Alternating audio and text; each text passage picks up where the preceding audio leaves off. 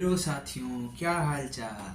बढ़िया। तो मैं भी बढ़िया। मैं हरिकेश कुमार आपका स्वागत करता हूं आपके अपने YouTube चैनल पैशन क्लासेस पर। तो आ जाइए, आज हम लोग बात करने वाले हैं सुभाषित रत्नानी हिंदी संस्कृत कक्षा 12 की हिंदी संस्कृत के चैप्टर शायद 5 है। सुभाषित रत्नानी जो श्लोक दिए हैं वेरी वेरी मोस्ट इम्पोर्टेंट हैं, जो कहीं न कहीं हर बार आते हैं, क्योंकि एक ही चैप्टर है श्लोक का, तो कहीं न कहीं यही आएंगे। इनमें से 4 ये हैं, 4 और कराएंगे। इनमें से 7 सेटों में से यही श्लोक आएंगे। तो आ जाइए, हम लोग इसकी चर्चा करने वाले हैं। इसका हिंदी अनुवाद देखते हैं। कह रहा है, भाषा सुमुख्य मधुरा दिव्या गीर्वाण भारती तस्य ही मधुरम काव्यम तस्मादपि सुभाषितम। कह रहा, भाषासु मुख्य, भाषासु मीन्स भाषासु सभी भाषाओं में, भाषासु सभी भाषाओं में, भाषाओं में मुख्य मीन्स मुख्य, मधुरा मधुर, दिव्य, गीर्वाण भारतीय मतलब संस्कृत भाषा, गीर्वाण भारतीय मतलब संस्कृत भाषा या देववाड़ी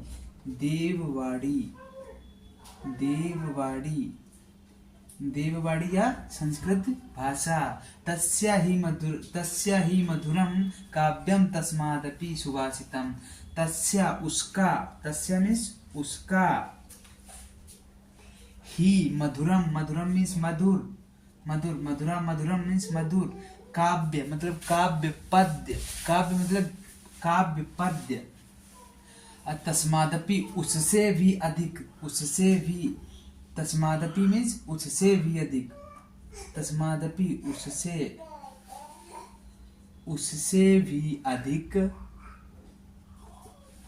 सुभाषितम मतलब सुंदर है, सुभाषितम सुंदर है, क्या कथन, सुंदर है कथन या युक्तियां या मुहावरे, उससे भी कथन, उसमें उक्तियां हैं,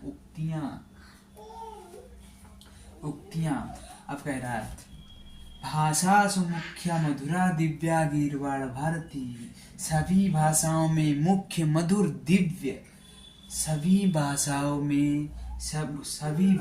में मुख्य मधुर दिव्य है, क्या गीर्वाण भारती संस्कृति भाषा, सभी भाषाओं में मुख्य मधुर दिव्य है गीर्वाण भारती, सभी भाषाओं में संस्कृति भाषा मुख्य मधुर दिव्य है।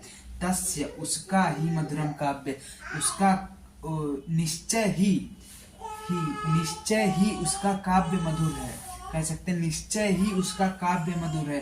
तस्मादपि सुभाषितम, उससे भी अधिक सुंदर उसमें युक्तियां हैं, उससे भी उक्तियां मतलब मुहावरे हैं, कहावतें हैं, उससे भी अधिक सुंदर उसमें सुभाषित मतलब सुभाषित युक्तियां हैं। तो एक बार पूरे समराइज कर देते हैं। सभी भाषाओं में मुख्य मधुर दिव्य है गीर्वाण भारती संस्कृत भाषा, सभी भाषाओं में मुख्य सुंदर दिव्य मधुर संस्कृत भाषा है। तस्य निश्चय ही मधुर काव्य, उसका काव्य मधुर है। तस्मादपि सुभाषितम, उससे भी अधिक सुंदर युक्तियां हैं। अब दूसरा, अब ये मिटा देते हैं। अब दूसरा श्लोक, सुखार्थिना कुतो विद्यार्थिना सुखम, सुखार्थिना कुतो विद्यार्थिना सुखम, सुखार्थी वा त्यजेत विद्या, विद्यार्थी वा त्यजेत सुखम, सुखार्थिना त्यजेत विद्या, सुखार्थिना मीन्स सुख को अर्जित करने वाला, सुख चाहने वाला, सुखार्थिना सुख चाहने वाला, कुतो मीन्स कहाँ, कुतो कहाँ, विद्या विद्या विद्या विद्या विद्या विद्या। कुतो मीन्स कहा, विद्यार्थिना विद्यार्थिना, विद्या को चाहने वाला, विद्यार्थिना विद्या को चाहने वाला, विद्या को चाहने वाला, चाहने वाला। सुखम, सुख कहा अर्थात सुख को चाहने वाला, सुख को चाहने वाले को विद्या कहाँ, सुख को चाहने वाले को विद्या कहाँ, और विद्या चाहने वाले को सुख कहाँ। कुतो मीन्स कहाँ, सुख को चाहने वाले को विद्या कहाँ, विद्या को चाहने वाले को सुख कहाँ, विद्या को चाहने वाले को सुख कहाँ। सुखार्थी व त्यजेत विद्या, सुख को चाहने वाले को त्यजेत मीन्स त्याग देनी चाहिए, त्यजेत मीन्स त्याग देनी चाहिए, त्याग देनी चाहिए, त्यजेत त्याग देनी चाहिए। सुख को चाहने वाले को त्याग देनी चाहिए विद्या। अब विद्यार्थी व त्यजेत सुखम, विद्या को चाहने वाले को सुख त्याग देना चाहिए। अर्थात समराइज कर देते हैं, सुखार्थिना कुतो विद्या कुतो विद्यार्थिना सुखम, सुख को चाहने वाले को विद्या, सुखार्थिना कुतो विद्या कुतो विद्यार्थिना सुखम, सुख को चाहने वाले को विद्या कहाँ, कुतो मीन्स कहाँ, सुख को चाहने वाले को विद्या कहाँ, कुतो विद्यार्थिना सुखम, और विद्यार्थी को सुख कहाँ, विद्यार्थी को सुख कहाँ। सुखार्थी व त्यजेत विद्या, सुख को चाहने वाले को विद्या त्याग देनी चाहिए, विद्यार्थी व त्यजेत सुखम, विद्या को चाहने वाले को सुख त्याग देना चाहिए।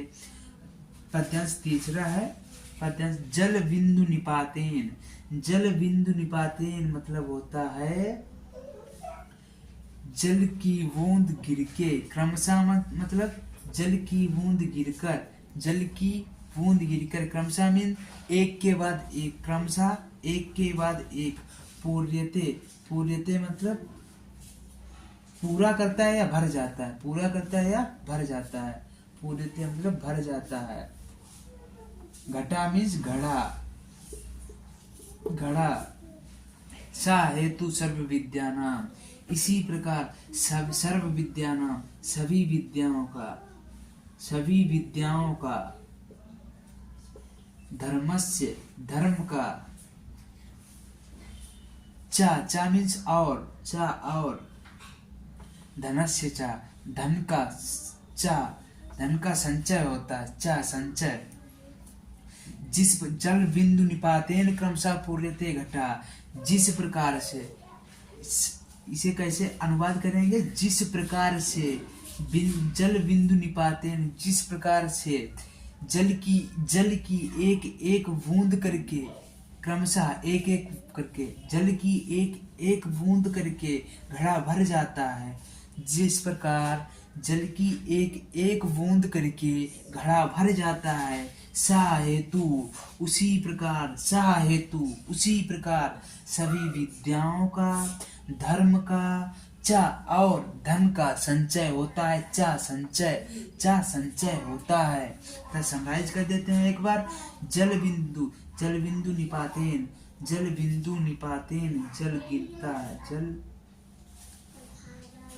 गिरना, जल गिरना, जल बिंदु निपातेन जल की एक एक बूंद, क्रमशः मीन्स एक एक करके, जल की एक एक बूंद करके, जिस प्रकार जल की एक एक बूंद करके पूर्यता घटा घड़ा भर जाता है, उसी प्रकार सा हेतु उसी प्रकार सभी विद्याओं का, धर्म का और धन का संचय होता है, चा संचय होता है।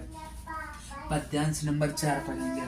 काव्य शास्त्र विनोदेन, काव्य शास्त्र विनोदेन, काव्य शास्त्र विनोदेन कालो गच्छति धीमताम, काव्य शास्त्र विनोदेन, काव्य और शास्त्र में, विनोदेन काव्य शास्त्र में मनोरंजन रखने वाला, काव्य शास्त्र में मनोरंजन करने वाला, कालो गच्छति, कालो काल मीन्स समय, कालो गच्छति, कालो गच्छति, गच्छति मीन्स जाता है, जाता है, कालो मीन्स समय, गच्छति मीन्स जाता है, धीमताम विद्वान या बुद्धिमान। काव्य शास्त्र विनोदेन, काव्य शास्त्र विनोदेन कह सकते हैं बुद्धिमान। धीमता मीन्स बुद्धिमान, बुद्धिमान, बुद्धिमान। गच्छति जाता है, गच्छति जाता है। कालो मीन्स समय, समय। विनोदेन, विनोदेन मनोरंजन में, आनंद में। विनोद, विनोद आनंद में, मनोरंजन में। जिस प्रकार विद्वान मतलब बुद्धिमान लोगों का समय, बुद्धिमान लोगों का समय जाता है काव्य शास्त्र को पढ़ने में, काव्य शास्त्र को पढ़ने में, काव्य शास्त्र के मनोरंजन में। कह सकते हैं जिस प्रकार बुद्धिमान, जिस प्रकार बुद्धिमान लोगों का समय, बुद्धिमान लोगों का समय काव्य शास्त्रों के अध्ययन में जाता है, काव्य शास्त्रों के मनोरंजन में जाता है। व्यसनेन चा मूर्खानाम निद्रा कलहेन वा। व्यसनेन चा, व्यसनेन चा, चा मीन्स और व्यसनेन व्यसन करने में, मूर्खानाम मूर्खों का, मूर्ख व्यक्ति का समय, मूर्ख व्यक्ति का समय, मूर्ख व्यक्ति का समय। व्यसन, व्यसनेन निद्रा कलहेन वा। कलह में जाता है, व्यसन करने में जाता है। व्यसनेन इधर उधर की लड़ाइयां करने में जाता है। व्यसनेन लड़ाई करने में, लड़ाई करने में या किसी से भिड़ने में। समराइज करेंगे। काव्य शास्त्र विनोदेन कालो गच्छति धीमताम व्यसनेन च मूर्खानाम निद्रा कलहेन वा।